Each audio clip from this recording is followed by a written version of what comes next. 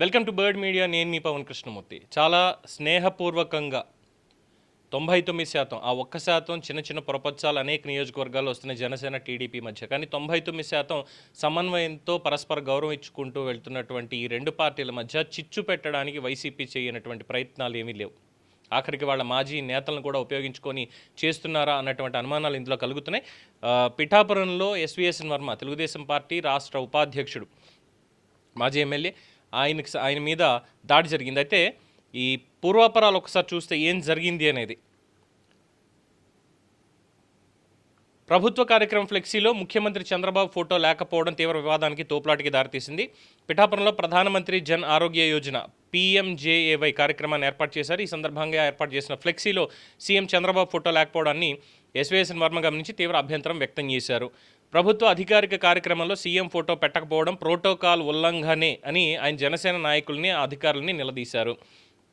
దానికి సంబంధించిన వీడియోలు కూడా చాలా క్లియర్గా ఉన్నాయి. అధికారికి ప్రోటోకాల్ ఉంది అనేది తెలుసు, అయినా సరే మర్చిపోయారని చెప్పి ఆయన క్షమాపణ చెప్పారు. అక్కడే మాట్లాడుకుంటే అయిపోయేది. ఈ క్రమంలో జిల్లా జనసేన అధ్యక్షుడు తుమ్మల బాబుతోటి వర్మకి వాగ్వాదం జరిగింది. ఇందులో మాజీ ఎమ్మెల్యే పెండెన్ దొరబాబు కల్పించుకుని వర్మ మీదకి దూసుకు వెళ్లడంతో పరిస్థితి తీవ్రంగా మారింది.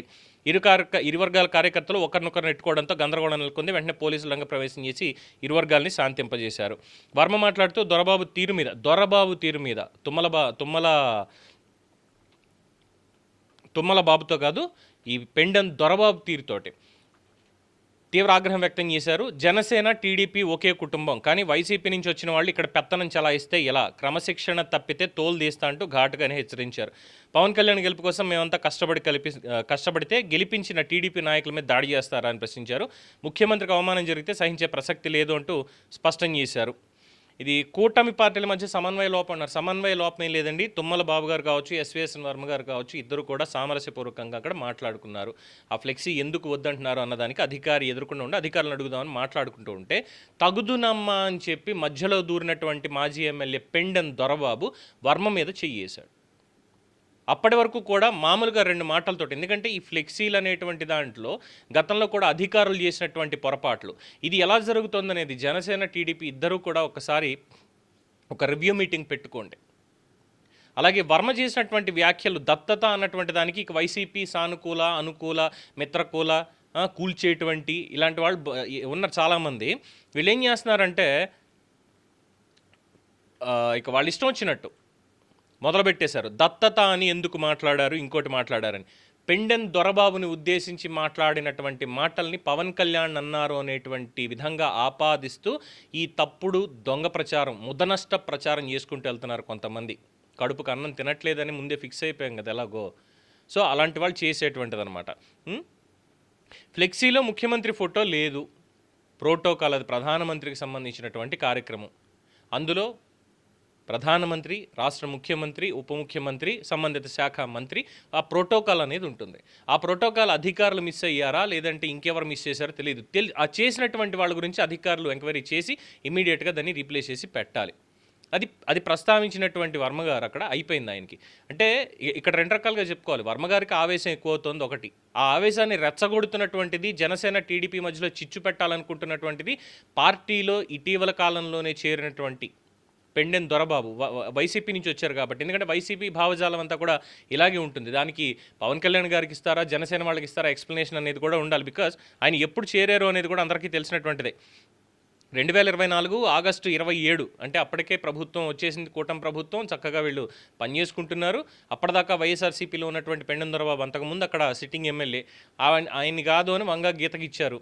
వంగా గీత గారి గెలుపు కోసం పనిచేసాడు ఆయన. మరి అది లోపల ఉంటుంది కదా. ఇప్పుడు నాకు అక్కడ ప్రాధాన్యత దక్కట్లేదు, నేను ఇక్కడ మాజీ ఎమ్మెల్యేని, ఇప్పుడు నేను కూడా జనసేనలో ఉన్నాను, నువ్వెవడో వచ్చి చేయడానికి అంటే ప్రత్యర్థి కదా వర్మ. ఎవరికి అక్కడ పెండెన్ దొరబాబుకి ప్రత్యర్థి అంటే తెలుగుదేశం పార్టీ వర్మ. ఇప్పుడంటే జనసేన నుంచి పవన్ కళ్యాణ్ గారు అక్కడ ప్రతిష్టాత్మకంగా ఉన్నారు కాబట్టి, జనసేన టీడీపీ కలిసి అక్కడ జాగ్రత్తగా పనిచేసుకుంటున్నాయి కాబట్టి ఇలాంటివన్నీ పెట్టడానికి ఇలా తయారవుతున్నారు. సో ఇంకా దీన్ని వైసీపీ వాళ్ళు అందుకున్నారు చాలా చక్కగా. ఏంటంటే వర్మ అనేసాడు పవన్ కళ్యాణ్ని అని చెప్పి. పెండెన్ దొరబాబు వైసీపీ నుంచి జనసేనలో చేరినటువంటి పెండెన్ దొరబాబును ఉద్దేశించిన వ్యాఖ్యలు తప్ప వర్మ గారు అక్కడ అన్నది పవన్ కళ్యాణ్ గారిని కాదు. ఎందుకంటే ఆయన అన్నటువంటి ఇంకొక మాట చాలా క్లియర్గా, తెలుగుదేశం పార్టీ, జనసేన ఇది ఒక కుటుంబం, ఇది ఒక కుటుంబం. కానీ బయట నుంచి వచ్చినటువంటి వాళ్ళు ఇక్కడ పెత్తనం చెలాయిస్తే ఎలా? జనసేన ఎమ్మెల్యే అభ్యర్థిగా ఉన్నటువంటి వ్యక్తి, ఎమ్మెల్యేగా ఉన్నటువంటి వ్యక్తి పవన్ కళ్యాణ్ గారు, AP deputy CM. Telugu Desam party ఎమ్మెల్యేగా పనిచేసినటువంటి వ్యక్తి, తెలుగుదేశం పార్టీ ఇన్ఛార్జ్గా ఉన్నటువంటి వ్యక్తి వర్మ గారు. అలాగే తుమ్మల బాబు గారు జనసేన పార్టీ ఇన్ఛార్జ్. వాళ్ళిద్దరూ మాట్లాడుకోవాలి. మధ్యలో కొత్తగా వచ్చి దూరిపోయానని చెప్పి నేను మాజీ ఎమ్మెల్యేని నేనే చేయాలనేటువంటి దాంట్లో పెండెం దొరబాబు ఇచ్చేస్తే వీళ్ళిద్దరు ఎందుకు ఊరుకోవాలి? సో ఇక్కడ ఆ రిఫ్ట్ క్రియేట్ చేసింది పెండెం దొరబాబు. మీరు కావాలంటే వీడియోలో కూడా చూడొచ్చు. తుమ్మల బాబు కావచ్చు, లేదంటే వర్మ కావచ్చు, ఇద్దరు పక్క పక్కనే ఉండి అధికారితోటి మాట్లాడుతున్నారు. హీటెడ్ డిస్కషనే. ముఖ్యమంత్రి ప్రోటోకాల్ పాటించకపోవడం అనేటువంటిది హీటెడ్ డిస్కషన్ నడిచింది అక్కడికి. కానీ వచ్చి తగుదునమ్మా అని గిల్లి ఇద్దరి మధ్యలో గొడవ పెట్టడానికి, ఈరోజు పెద్ద వార్త కింద చేయడానికి, దీన్ని వైసీపీ వాళ్ళు ఇంకా మొదలు పెడతారు చూడండి. కావాలంటే సాయంత్రం నుంచి జన సైనికులు కాస్త అలర్ట్గా ఉండాలి. అలాగే టీడీపీ వాళ్ళు కూడా పవన్ కళ్యాణ్ని అనేశాడు, ఇంకేముంది చంద్రబాబు దత్తపుత్రుడని వర్మే చెప్పేశాడు, వీళ్ళిద్దరూ ఇది అని చెప్పి తప్పుడు నరేషన్ని మొదలు పెట్టేస్తారు పనికి మాలినాళ్ళు.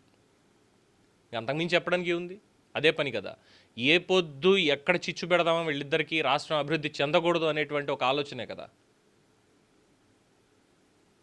అందుకే కూర్చోబెట్టారు. అయినా సరే మేము పరిగెడతాం, మేము అది చేస్తామంటే ఈసారి పడుకోబెట్టేస్తారు ప్రజలు. ఇది దానికి సంబంధించినటువంటి అప్డేట్. చూద్దాం మరి దీని మీద వర్మ గారు అలాగే తుమ్మల బాబు గారు ఎటువంటి ఎక్స్ప్లెనేషన్ ఇస్తారో, మళ్ళీ బయటకు వచ్చి ఏం జరుగుతుంది, సమన్వయంతో ముందుకు వెళ్తారా, లేదంటే ఇలాంటి వాళ్ళందరినీ పక్కన పెట్టుకొని ఇంకా రిఫ్ట్ తెచ్చుకుంటారా అనేది లెట్స్ వెయిట్ అండ్ సీ. దీని మీద మీ అభిప్రాయం తెలియచేయండి. చూస్తూనే ఉండండి ది బర్డ్ మీడియా.